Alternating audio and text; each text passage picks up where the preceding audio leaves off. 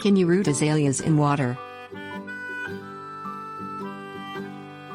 While some plants may be rooted by placing a stem in a glass of water, azalea isn't one of them.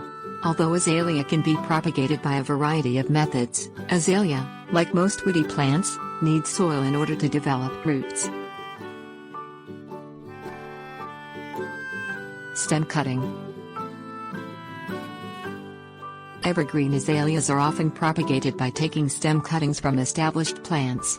The cuttings are planted in a moist planting medium, then placed in a greenhouse.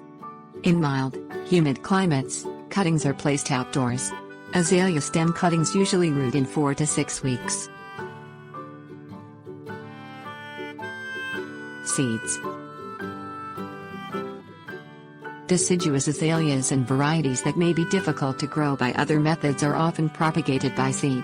The seeds are planted in a container or planting tray filled with damp sphagnum moss, with the seeds scattered on top of the moss. The container is covered with clear plastic before being placed in indirect light. Germination usually occurs within a month.